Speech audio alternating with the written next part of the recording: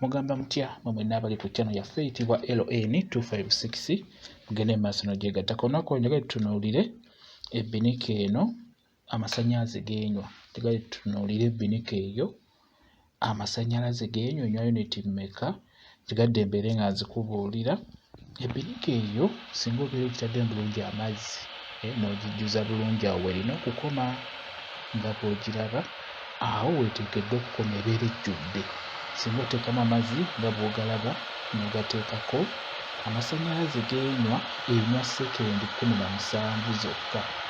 Teweza uniti nedda, enywa sekendi 17 z'enywa gabeera gayidde era ebeera yeggyeko. Jjukira yo ebeera otomatiki, kasagajja yo nga yeggyako.